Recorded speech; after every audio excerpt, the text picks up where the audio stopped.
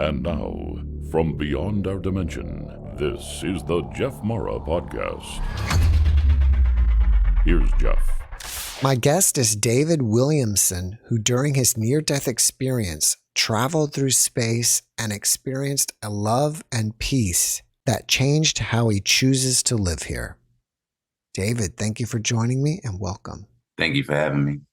And thank you for, sharing these experiences. As I said before, I think it's very important that these experiences get shared objectively, and you don't debate and argue and try to, you don't question, you just let people share them objectively. And I think that's the best way for other people to hear it, is just as it is, without people being pressured, I think, to maybe embellish or try to justify or vindicate or rationalize, versus just sharing it, Thank you.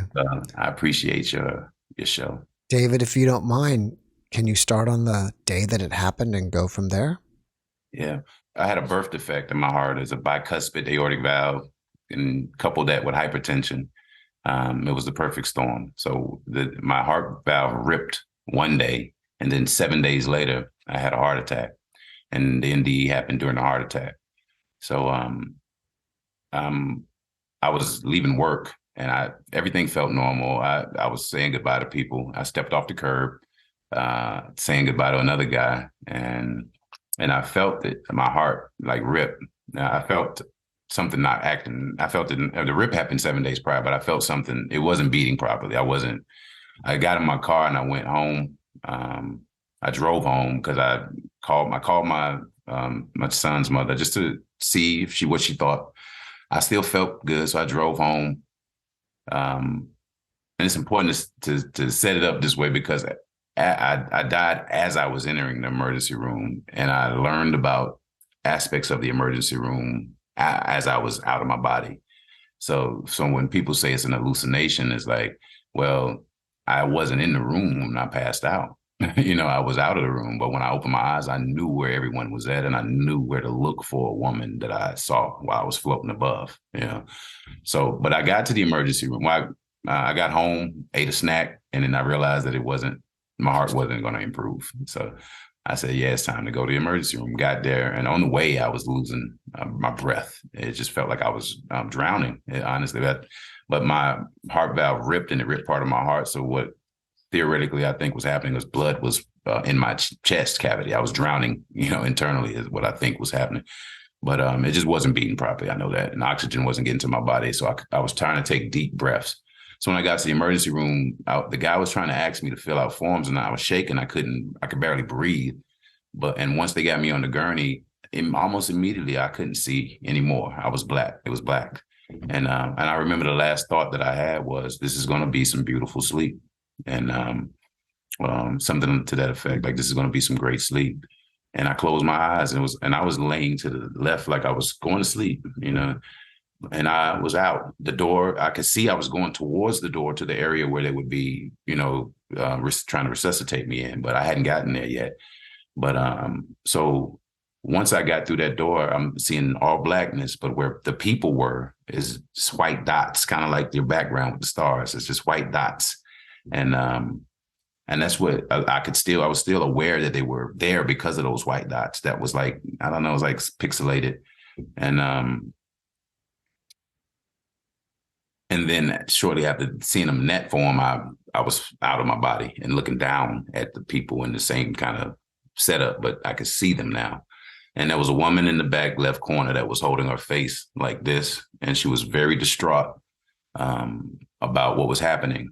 And I wanted to tell her that everything that I was feeling was beautiful. There was no pain. I had no confusion. When I looked down, I really didn't look at my face. I couldn't really see my face, but I think it was because the people were all over top of me, trying to resuscitate me. But I could see myself. There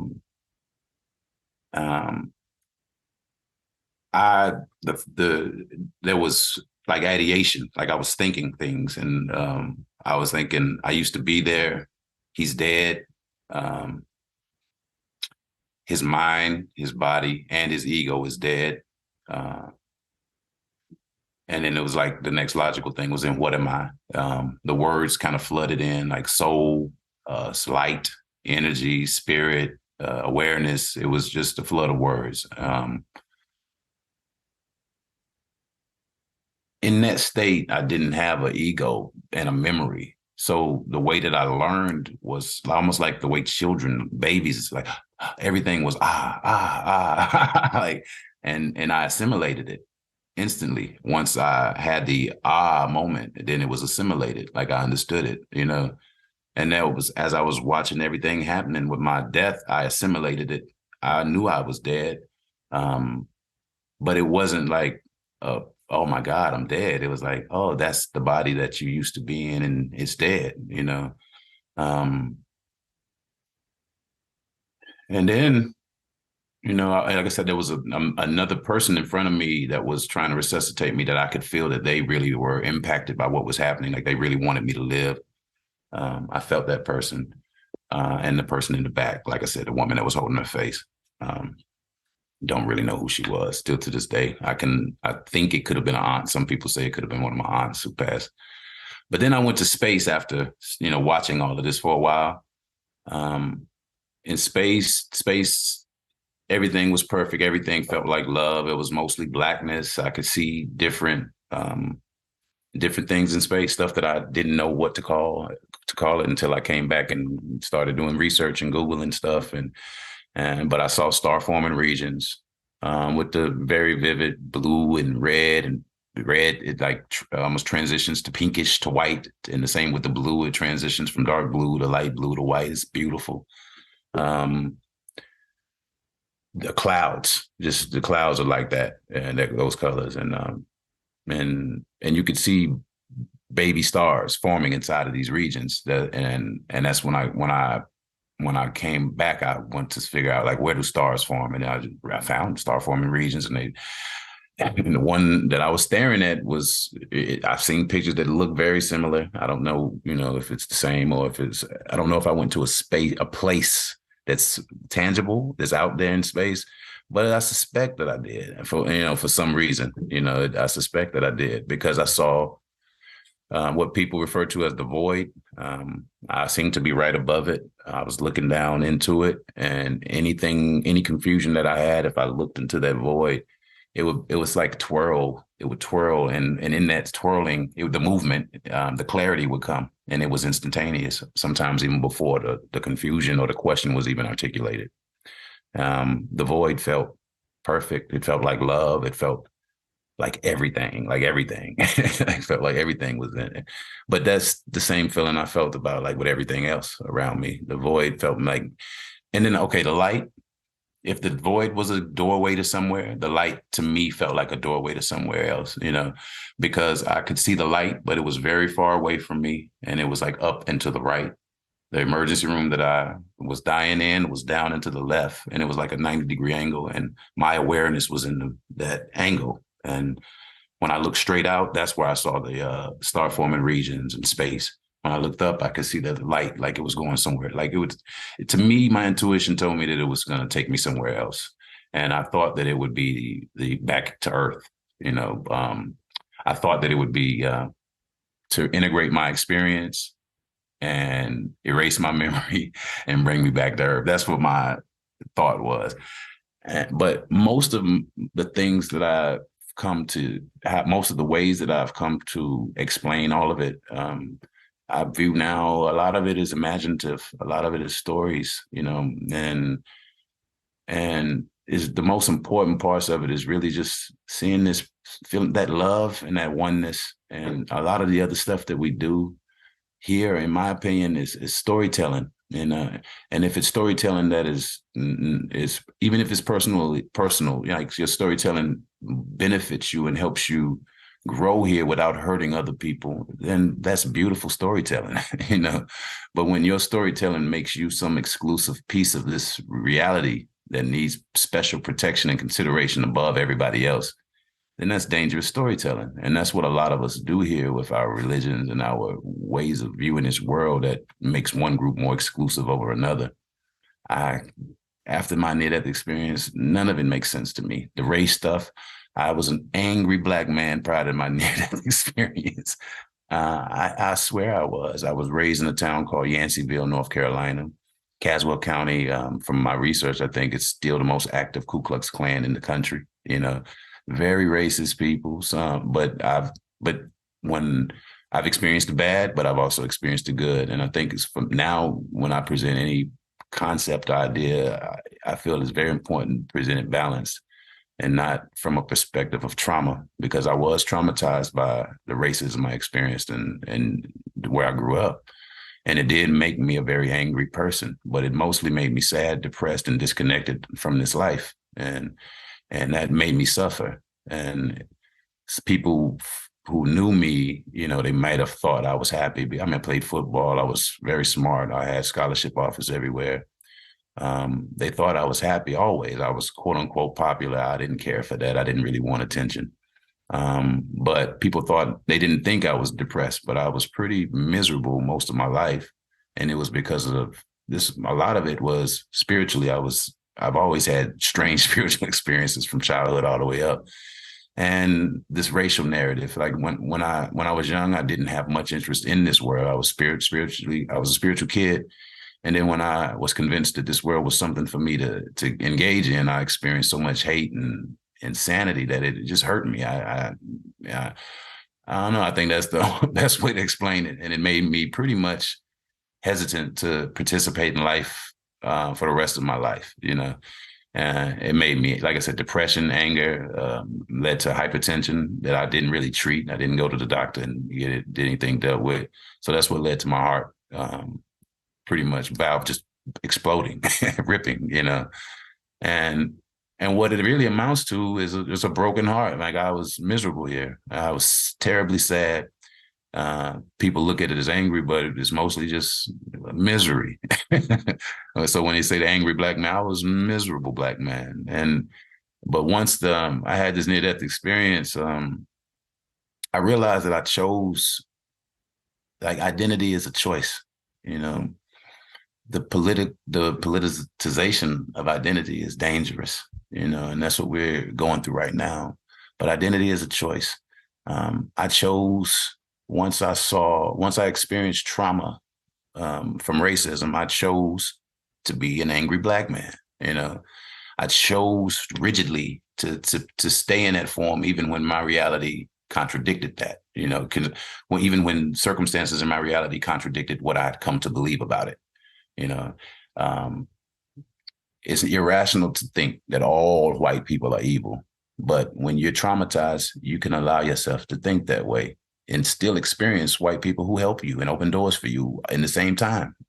But your traumatized self will just say all of them are evil. It's irrational, and it leads to a level of anxiety and hurt that you experience inside of yourself, that you inflict upon yourself, that is so unnecessary that a lot of us have to undo. We have to undo that, But after the near-death experience, having memories of previous lives, all of that stuff, some of it makes people think you're crazy. I don't really care. I know that this experience is not as simple as a lot of people think it is, and I know that it's not as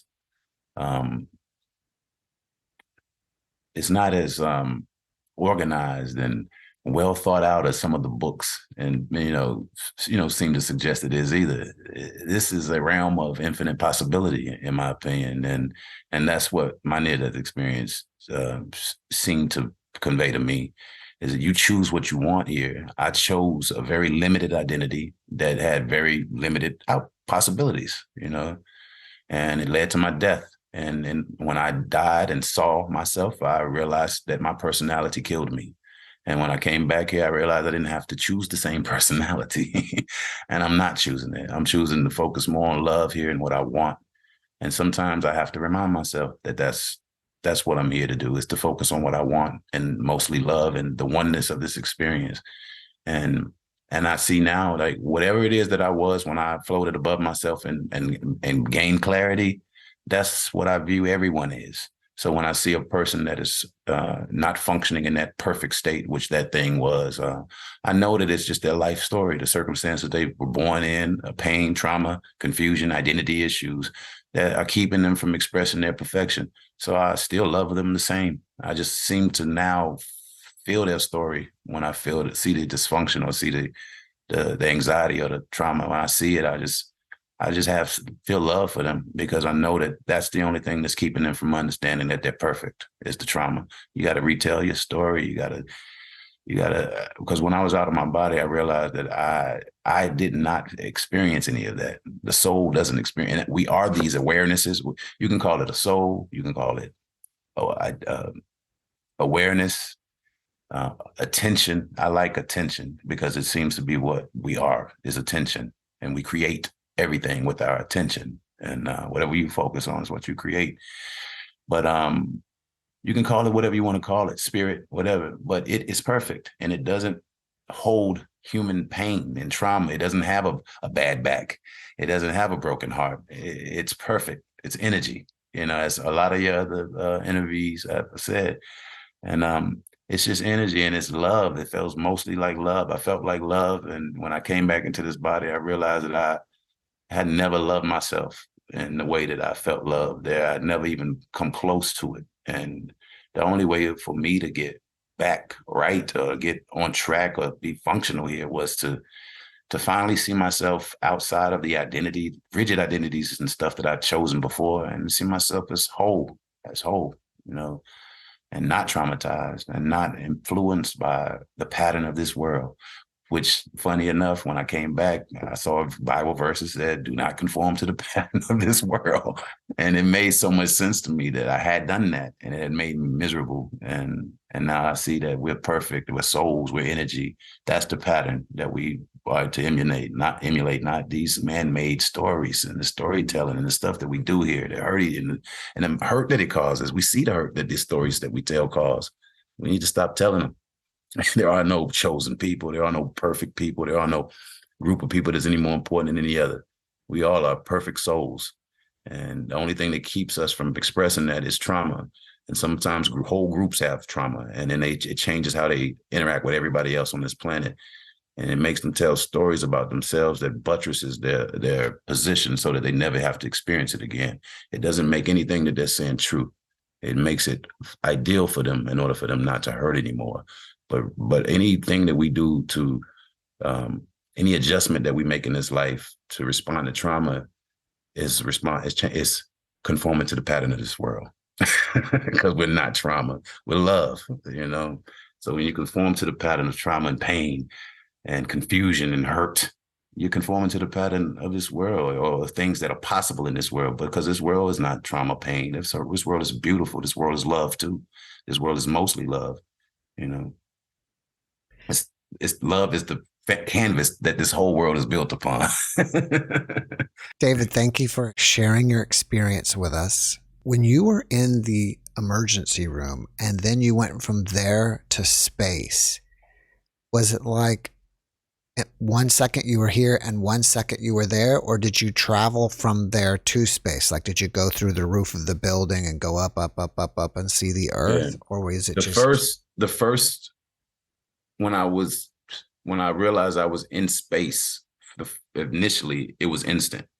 It was like I was watching them resuscitating me, and I kind of just looked up, and then I was in space, And then I realized that if I looked down and to the left, and if I focused my attention there, I was back in the emergency room watching them resuscitating me, and watching the woman, and still wanting to tell her that I was okay and everything was beautiful, and you don't need to be feeling any kind of, pain from me leaving here. This is beautiful, But honestly, that is what I think anchored my attention to this planet. And they resuscitated me because my attention stayed here. Wherever your attention is, that's what you create. I created the option. I created the opportunity to come back to this planet by keeping my attention on her and on this planet. And I think that that's a lot of what these near-death experiences, that's why they vary so much. Is what was your attention in your life? If your attention was monopolized your whole life by a very few artifacts of this human experience, most likely those artifacts are going to show up in your afterlife. And they're not going to show up in any kind of evil way. They're probably going to, they're going to be there, and if you have an affinity towards the thing, or if you're attached to it, good or bad way, if it's trauma or affinity, either way it goes, the attachment to that thing is what made it appear even beyond this life. So if you're still attached to it beyond this life and you see it beyond this life, most likely it's going to lead you back to have more experiences with it, because that's what you want, because your attention is still on it even beyond the physical plane. But I don't necessarily believe that the differences in the experiences are, some of the things that I'm open to believing now, though, it doesn't. It's the range of possibility is infinite, because this experience is infinite.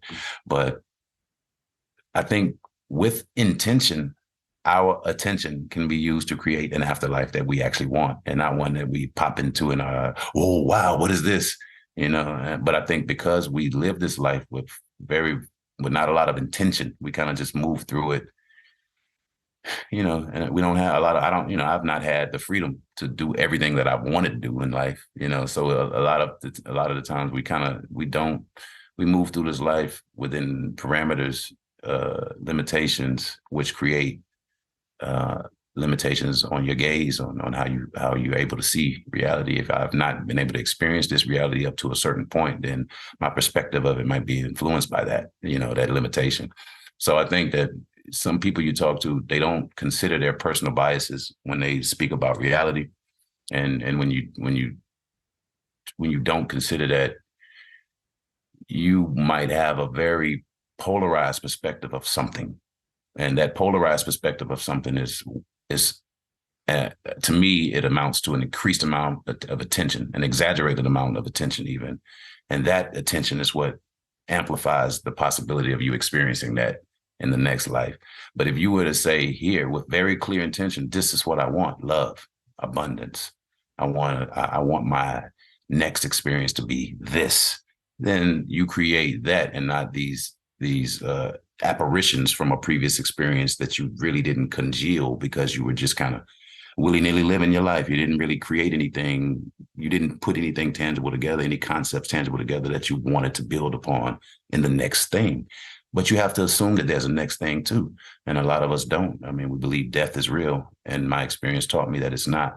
So now my imagination is forward thinking. It's like I'm thinking about outside of the body, what else? What do I want to do? And I can begin to create that experience now, with my intention and my attention, and not being caught up in this world so much that I continue to accumulate trauma and confusion and identity issues, Do you feel that this ND was just an accident due to your anger, or do you think that this was an actual intention from possibly your higher self because you knew you needed a reset? I was lost, totally lost in my own pain and my own arrogance. I've been told I was a genius and exceptionally gifted since I was a child. So I had a good mind. So if it makes sense in my mind, then, and it's a good mind, then I must be right. So the clarity, that kind of clarity, is an obstacle for really understanding anything, because it's not real clarity. It's kind of what I was speaking about before. It's when your reality is limited to a certain thing, and you polarize your attention gets polarized on certain things. Like when my experience was limited in my mind I limited my experience in a lot of ways, because I viewed this country as, the capitalist system is so horrible and Black people suffer here so much that if I attain too much success here, then I'm contributing to my own oppression, So it's like I put a block on my own ability to thrive here. And now I view the same problems that I viewed as that hurt me to see Black people experiencing. Now I see them as opportunities to improve, to make something better. And then there is no tension inside of you when you look at it that way.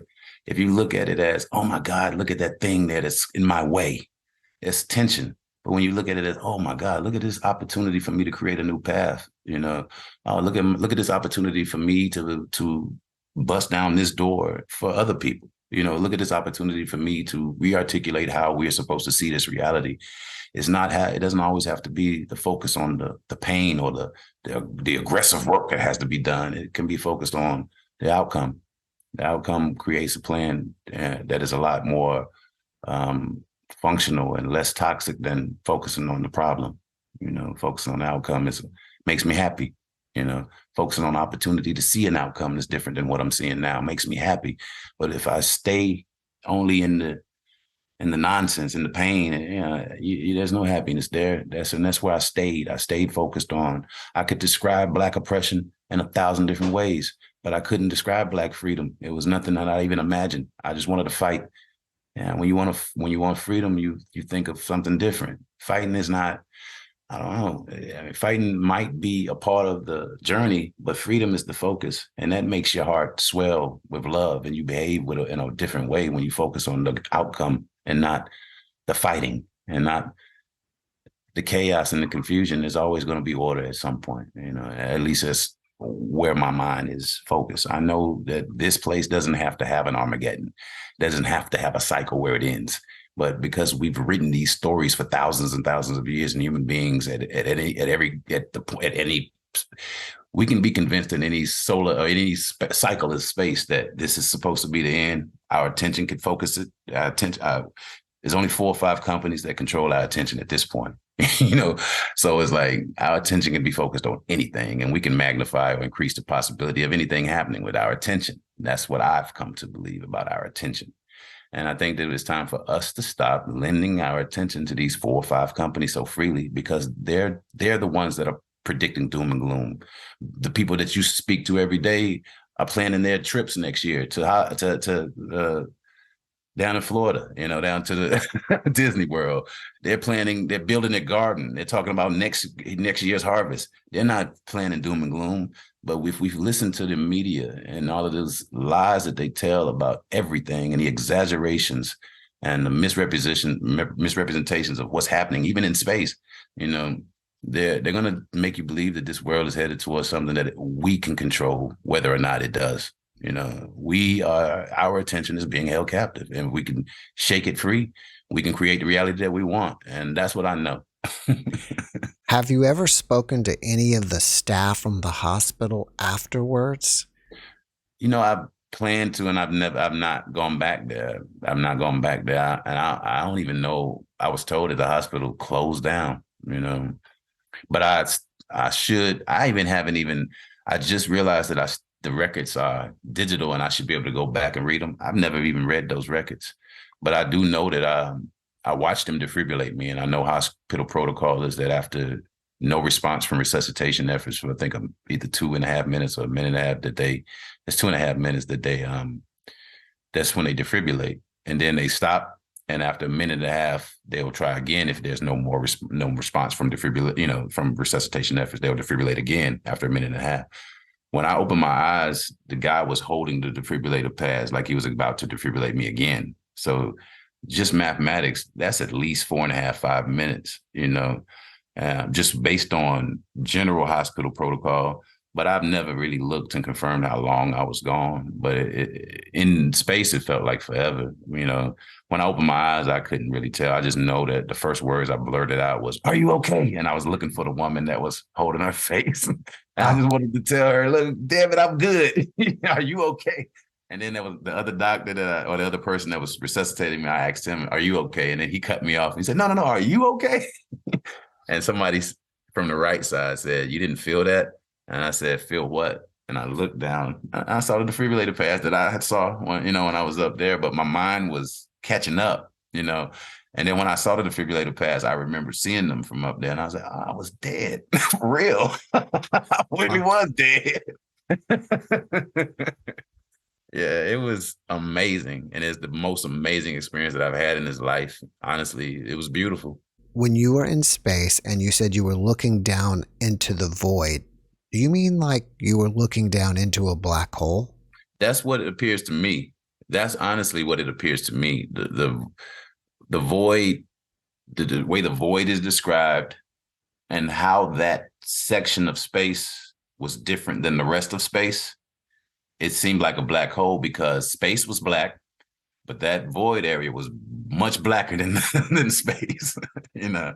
And I might have emerged from it, to be honest, because there was a moment where I was in a blackness that was so black and that it was enveloping me like velvet almost, and I could feel it. It's like I could feel it, but it was alive and it was communicating and it was love, the same way that people describe the light being love, you know. And then I was looking down, you know, into it, you know, from my orientation after that feeling, I was looking down and looking forward at the star forming regions. And I don't think I'd ever really thought about that or placed those different moments into any kind of linear progression. But there was a moment where the blackness was different and I was in it, and it felt almost just all around me. Like it was like velvet. It felt beautiful. It didn't feel like anything threatening. It felt like love. But and then after that, I looked down at the black hole. I was looking down at the void. What I always called it the void until I came back and started being able to put names on everything else that I saw. And once I was able to put names on the star forming region, the asteroid that I saw, because they said that the big rocks in space that appear red when they're far away. I saw a big red rock that I intentionally went to because I stared at it and was like, what is it? Like in my mind, it was a question. And instantly, the distance between me and that red rock telescopically disappeared. And it was like I was on the other side of it looking back, and I understood what it was. But I didn't know when I came back to call it an asteroid. I just knew that it was, you know, I just understood. I understood. And I think that the understanding that you have in that state or outside of the body is enough. It's not a lot of words that I can use to describe it. It's just that I was aware of what it was once I passed it. You know, once my awareness went past it and went back. It seemed like, and this is what I would probably intend, you know, it seemed like space was limitless and I was about to just start traveling because I was just moving from one point to the next, trying to understand things is what it felt like. But it wasn't a ego mind. It wasn't I want to know this. I want to know this. It was like, it was truly like a child, like, everything was And once I got the understanding of it, I knew it, you know, it was instant. It wasn't, and I didn't have a human memory to compare these. Oh, when I studied this in class and science, there was no memory there at all. I didn't remember being a human being at all when I was in space. And I just wanted to travel space. I think that's really all I was going to do. I mean, that's what I was doing when I was resuscitated. I was just still moving forward, just looking at everything and trying to move forward and learn where I was at and what the possibilities were. I wanted to learn. I wanted to learn how to tell this woman that I was okay. Like that was something that I really, if there was anything that I could call disappointing about the experience, it was that I couldn't tell her that I was okay, you know. But other than that, everything was amazing, and it felt like a beautiful, vast opportunity, you know. And I'm not going to change that. I might add beauty to that, but that's the foundation of what I want next. You know, is a vast opportunity to just experience this all, you know. How have your family and friends commented on how you became such a changed person? You know, the funny thing about social circumstances is that no one sees you. Everybody sees you as the same you were 20 years ago. You're never going to change to them, you know, but it might be a moment where they say, you would have responded differently to that, you know, back in the day, but it's not much. And then there's the inertia of this body performing in a certain way for so long. You know, I'm not vastly different than who I've always been. I just see things a lot differently. And when I'm not being graceful now, it hurts me. And I usually stop and say, I'm sorry, or I could have done that differently. I said that differently, because it bothers me to hurt people much more now than it has ever in the past. In the past, I didn't mind people considering me an So it just didn't bother me so much. But now I would prefer to not hurt anyone, even in a casual kind of, way. No, I don't want to hurt people. Immediately after your NDE, was all that anger gone, or did it take a while to process it and did it slowly disappear? I was deeply depressed and still angry worse than before for 3.5 years. And it took about 3 years after my near-death experience to even hear the words near-death experience. I didn't know how to integrate it. I didn't know how to talk about it. I didn't know where to look for other people who've had the same experience. And I don't know why that was, considering that I was deeply spiritual and I had 4,000 books in my garage. I spent my whole life trying to understand spiritual stuff. But after my near-death experience, I was clueless as to where to look to find answers for what had happened to me. So I was not really functional at all. I didn't know. I didn't want to participate in this. I thought it was ugly. I experienced something that was so beautiful. And then I came back here and this was just ugly to me. I couldn't see the beauty. It took 3.5 years, I think, for me to start sharing my near-death experience, start sharing what happened to me with people on Clubhouse is where I think I started at. And then there was this amazing woman named Zenith Rose who came up with this this system called linguistic resonance. Because one of the first things that I said when I came out of my near-death experience is that I want to just share what happened to me. I don't want to make up stories. I don't want to tell people my beliefs and then filter everything that happened to me in space through my beliefs and turn the light into Jesus and turn the blackness into me overcoming evil and the devil. And I didn't want to use all of these artifacts from a very conditioned human life to describe something that I thought was different than that. It was a different dimension. I didn't have to impose my human conditioning on that. I wanted to share it as truthfully and objectively as possible. And Zenith Rose came up with a concept called linguistic resonance, which looks at the numerological value of words and helps you really just to explain yourself in a much more profound way. It helps you see when what you're saying doesn't even fit what you felt. It helps you see when what you're saying is storytelling and not an authentic expression of what you actually saw. And it helps you put together concepts because similar concepts or words that resonate together have the same numerological value. And you can start having conversations or trying to understand topics or experiences through that, the way that she queries you and checks on the values of the numbers of the words that you are using repeatedly to describe what you're going through. That's helped me. So for me, I was just deeply depressed after the experience. And once I learned what it was, I just wanted to explain it and authentically always, and never just push my beliefs on people. I mean, I know that some of what I've say may amount to beliefs after having that experience, but to me, I can change whatever makes sense or whatever is true on this planet is what my mind is going to pursue. My soul, I think, knows it, but I'm not here to prove that I'm right about everything. I'm here to try to understand this experience. And if there's anything that I've understood in it that could help anybody else, I want to share it. That's it. And those are some words that were stuck in my head after I came back with a deep sense of responsibility for humanity, love, hope. Those are the words that just stuck in me when I was, even during the depression. Like, I kept those words resonated in me. You mentioned that you've had past lives. Can you remember any of those? Yeah.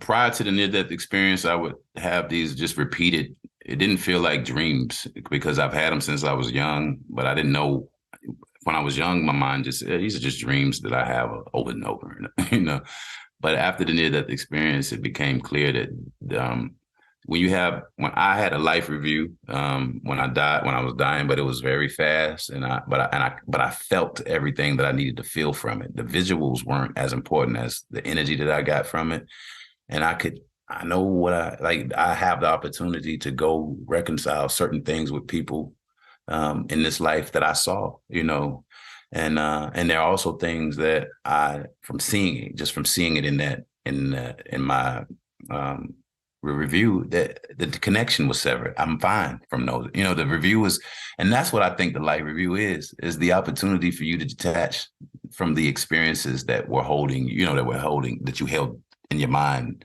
that you thought were like moments where your worth, your value, your morality, and all of those things came into play. When you're hurt badly, those are the things that I saw in my life review, or the thing where when I didn't know that I had agreed to something that I didn't follow through with, and now I need to go follow through with that. If the other party, it seems like in my mind from how you can detach from it, if the other party is okay, then the life review seems to have allowed you the opportunity to just detach from that. Sorry to interrupt you, but was the life review during this NDE or one of the past lives that you remembered? Well, I was explaining my life review from my NDE, and what I'm now suspecting that those quote unquote dreams were life reviews from previous experiences on this planet. Because one was I was a woman who appeared to be in Paris who was being raped on the side of the road by a man in a black suit in a black car, and it appeared to be daylight, and he killed her. And I was looking down at it from above. Previously, because of the circumstances of the death, I think I thought that she was like a streetwalker, like a prostitute that was having an experience and leaving her body because she didn't like this guy or something. But no, I think she had got murdered, and that was a life review, a part of a life. It would be her looking back at what was happening. The same thing with the memory is. Well, the memory with her was, like I said, it's just her being raped, and then me being above looking down at her being raped. And I could, before being above her looking down, I could see legs and everything. I could see everything. I was there, and then I wasn't. I was above looking down, and the memory of her is very vague, but I just remember she just seemed to be beautiful and very spiritual, The other one is a soldier that appeared to be in Asia. It feels like China.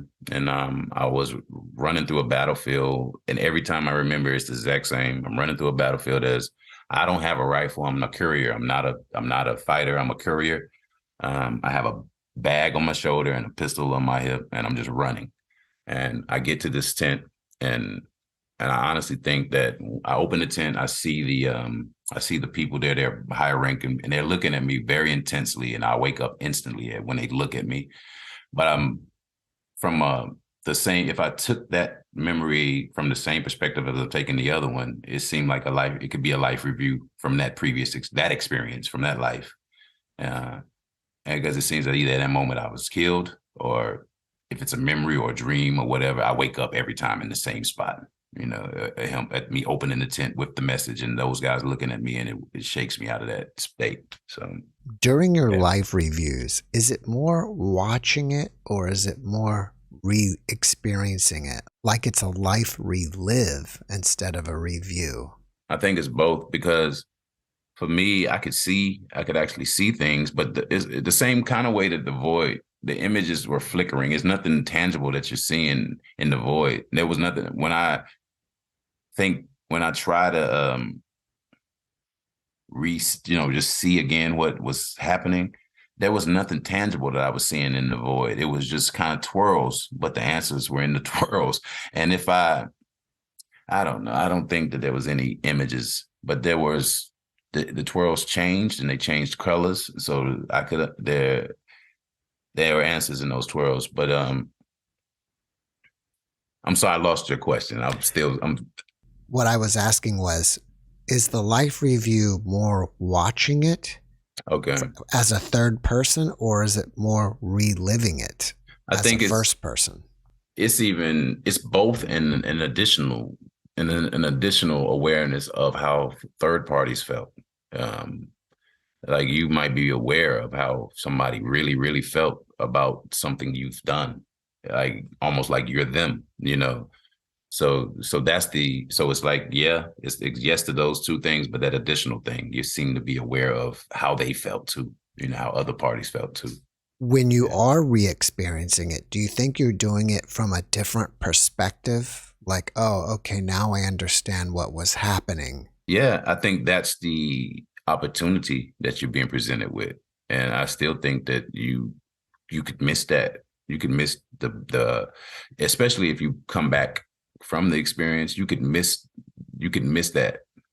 It's not if you see those things and you are resuscitated and you come back and you remember those things, the opportunity to reconcile is vast, even if the reconciliation only has to occur inside of you. But if you don't get the point of what you saw and why you saw it and the things you felt in those moments, the opportunity is lost, I think. But it still comes. I mean, there's no reason in my mind under any circumstance to predict or prognosticate anything negative, you know, or to imagine that something is lost and lost forever. You know what I'm saying? So even if you didn't get out of that, I mean, it's still your story and it's going to emerge again at some point in your life. It's your story, you know? So I think that the tendency that we have, because to really align ourselves with the prevailing thought of this system, you know, is that there's some end that has to come versus it being a cycle that just switches, you know, or a state of this, a season of this system changing. Like we seem to think that every time a season in this system changes, that every human being has to die, or the bulk of them does. And I think that that's a belief that's so rigidly embedded in humanity that we will create an Armageddon, you know, and it may not have anything to do with any cycle or system, you know, or the system itself. It'll just be us creating an Armageddon because our attention is so focused on one that we seem to want to have that experience. you know. We don't have to think about that stuff. I swear, this is our experience. Everything here is a suggestion. It's a story. If there is a message for humanity from your NDE, what do you think it would be? Identity. Like, don't come into these bodies and start cheerleading with the same narrative that everybody around you. Don't jump. Like, is that, I'm telling you, there is a successful way to be a good human being, and you know, simply in the context of social parameters. And then there's a orientation towards this life to where you understand that this body that you're in is an avatar, and you are a soul that is riding this horse. And this horse, you can treat it well, suggest to it that it should do certain things in a certain way. It's susceptible to all types of suggestions. It's open to experience, period. And it's going to enjoy things. The senses are here, the eyes, the mouth, we're going to experience, and it's going to be beautiful.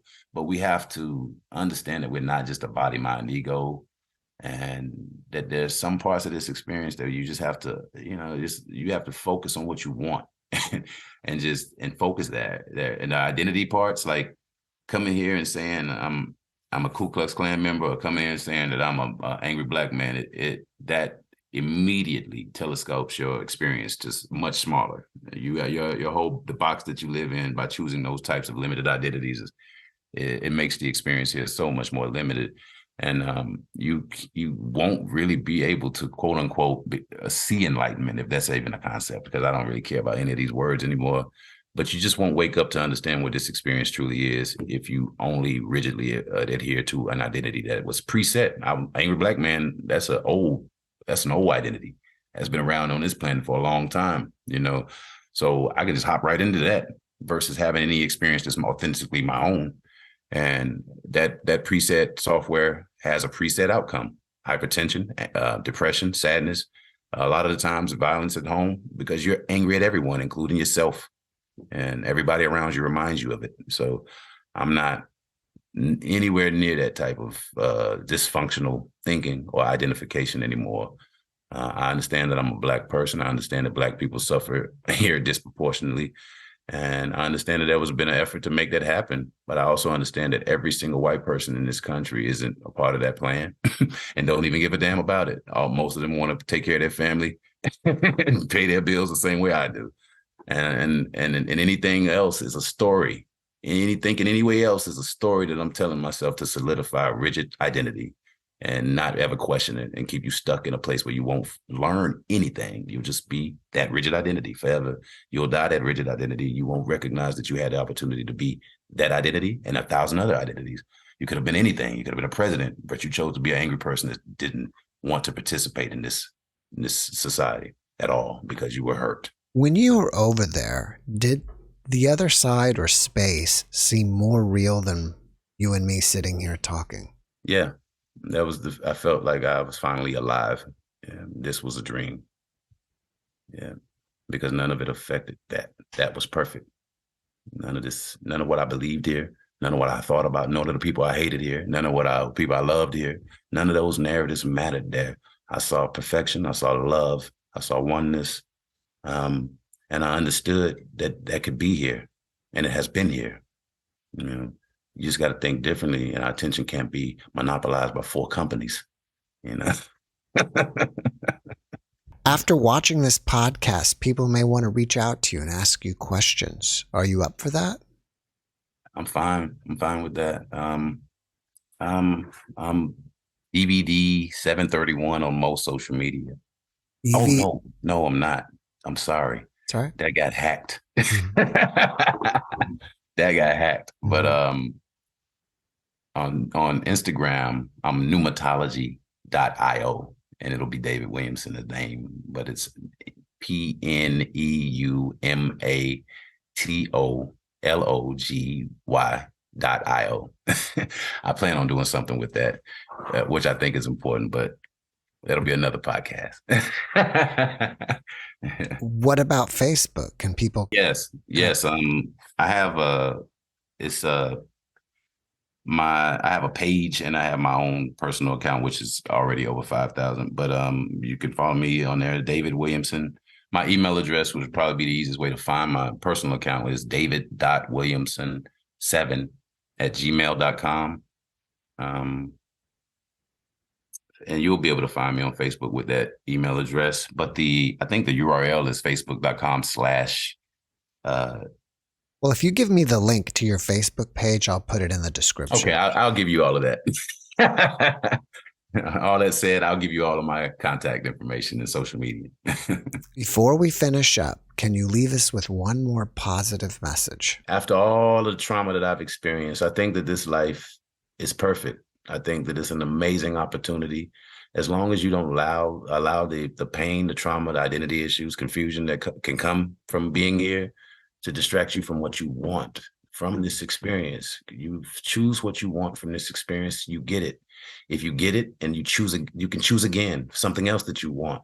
That's the opportunity that you have here, is to create a reality that you want, not to come here and to plug yourself into tired old philosophies and software that are going to keep this place the exact same way that it is. And it's a state that we can agree that isn't as peaceful as it could be even on the exterior, looking deeper at it. Sometimes I think it's perfect still. It's working the way that it's supposed to work, but we just have to wake up so that it looks better and feels better to everyone, but that's it, man. Focus on what you want here. Stop coming here adopting the narratives and stories that are dysfunctional. If there are beautiful narratives and stories that your ancestors have given you that help sustain the beauty of who you are, keep those. If there's something that you've been taught that separates you from everyone else or that makes you exclusive than everyone else, that's not something that's useful in this life. This life is this oneness. That's all that there is. And until we can accept that or understand that internally, our reality externally is going to be one of boundaries and separation and wars and division and nonsense. But we're just one people on this planet. Thank you for that message, and thank you again, David, for being my guest. Thank you for having me again. I appreciate it. Thanks for watching the JeffMara podcast. I really appreciate you. Another way to show support is through YouTube memberships. And if you do, there are loyalty badges and other perks depending on your level of membership. All you need to do is click the join button underneath the video to find out more. Thank you for your support.